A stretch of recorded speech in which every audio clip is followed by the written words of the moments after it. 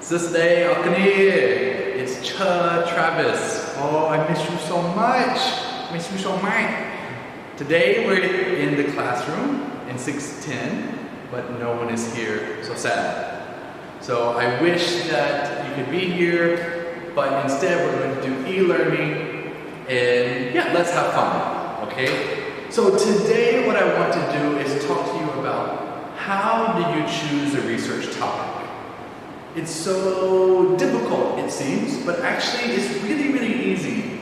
So today I'm going to have a short video, because I know you're so lazy, and explain exactly how to choose a topic. Okay, so every paper we talk about research. So what is research again? Let's remember, research is the process of finding answers to questions. That's it. It's not so complicated. Alright? But again, it's about solving problems. When we have a question, we usually have a problem. So let's focus on these problems. Every research paper must be focused on answering a question. Okay? But how do we determine that? How do we choose that question? So there's four kind of big ways that the book talks about we call sources of problems. Meaning, how can I find something interesting for me? And the first one, it says, is personal experiences of the researcher. That's really easy. I love this because I think about my life and what I do and what I see, and then I choose a topic based on that.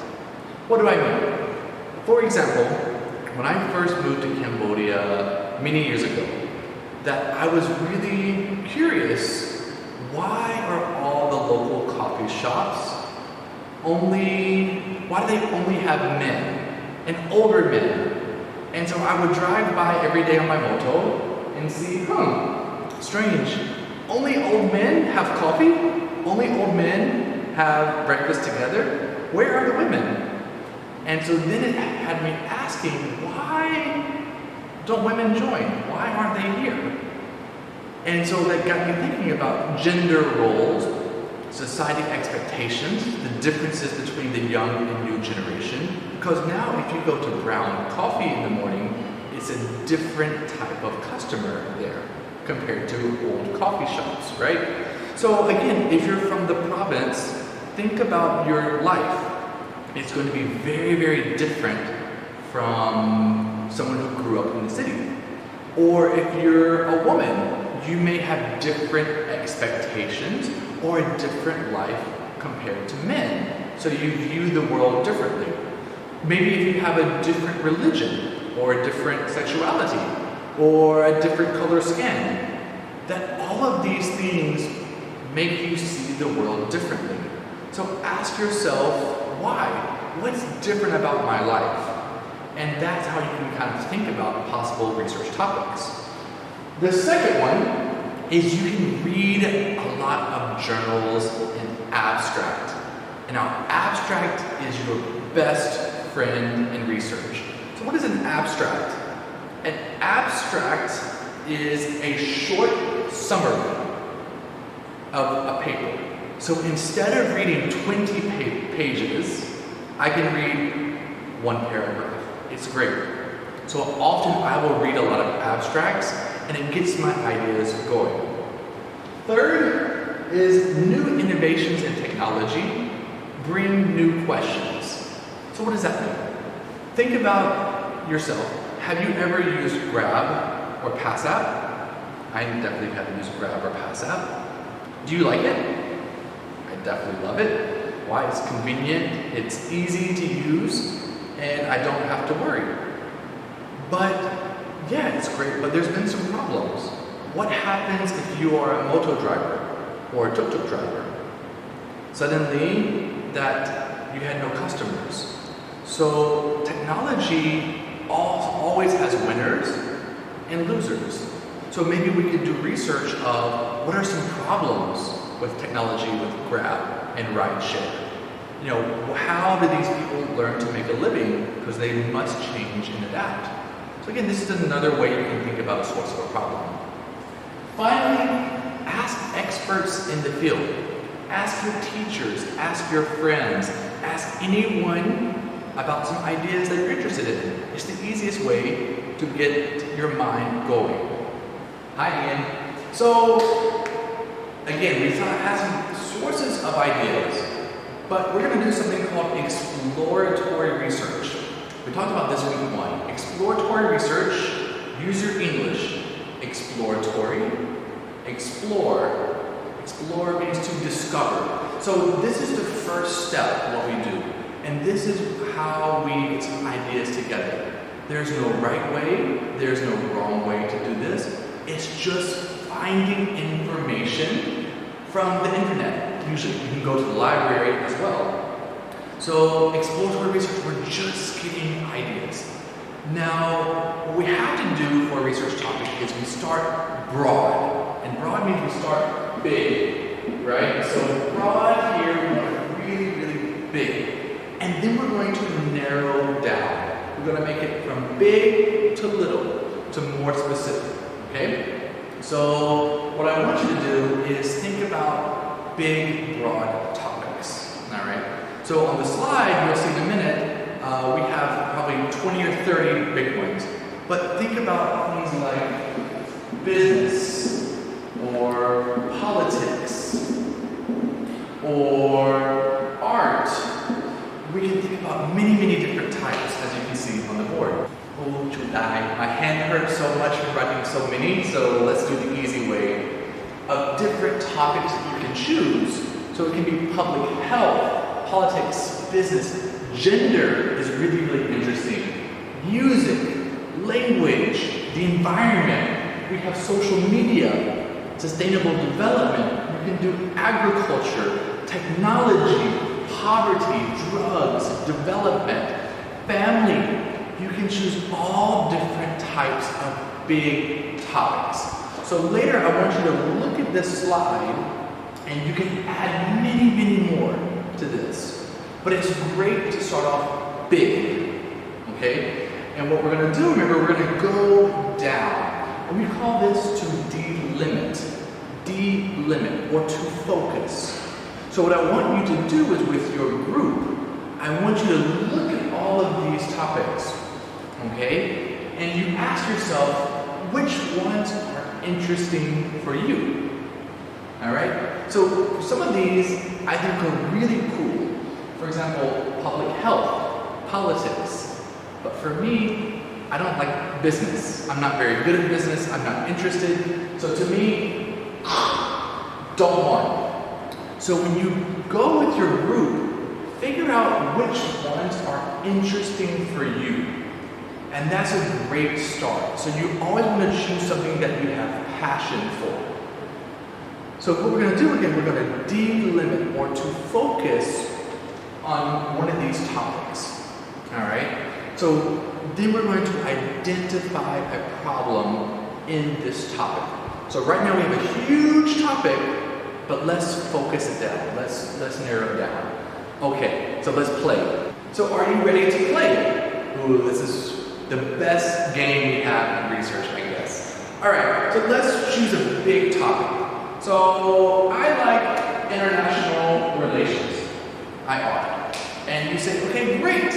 I have a topic, now what? Let's narrow it down. When I research international relations, it's too big. It's too hard to research this. So the narrower it is, the easier it's going to be for you. All right. So how can I narrow this down? IR. Let's narrow it down to IR in Cambodia. So again, we have international relations, which is global. We're focusing it to Cambodia. International relations, as you know, contains politics, economics, sociology, technology, development. So let's pick one of those. So maybe let's focus on maybe political relations in Cambodia. that's better. We're narrowing it down. It's getting better, but it's still so big, right? Political relations? Oh, so let's choose something interesting. How about political relations between, let's say, China and Cambodia? Okay, again, we're getting better. We're narrowing our topic to focus it on a specific subject. But again, I think that's still too broad. Let's go political relations between China and Cambodia since 2019. Now what I did here is I put a time. 2019 is a year. So instead of thinking all of history, I focus it on 2019. And why 2019? Well, as you know, I think the banning of online gambling really changed things a lot between China and Cambodia. If you look at Kampong Sam, for example. But you could change this to 2016 if you wanted, with the Belt and Road Initiative. Up to you. So finally, this is getting pretty specific. This is pretty good. So a research question could be something like, what events or what actions affected the political relations between China and Cambodia since 2019? Or what are the effects of the political relationship between China and Cambodia since 2019? Again, we have two different opportunities for you. So you can kind of still make it more narrow and specific. But the main idea is it started big, IR, in Cambodia. Then we chose political. Then we chose China and Cambodia.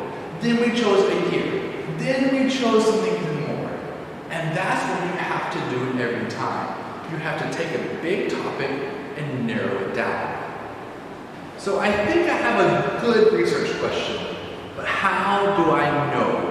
I ask myself a few questions.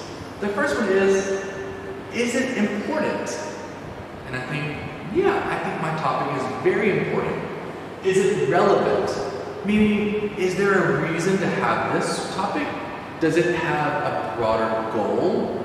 And yeah, I think this is definitely interesting and relevant. Or sorry, next is, has someone answered this question before? Now this is very important because your research question must be new.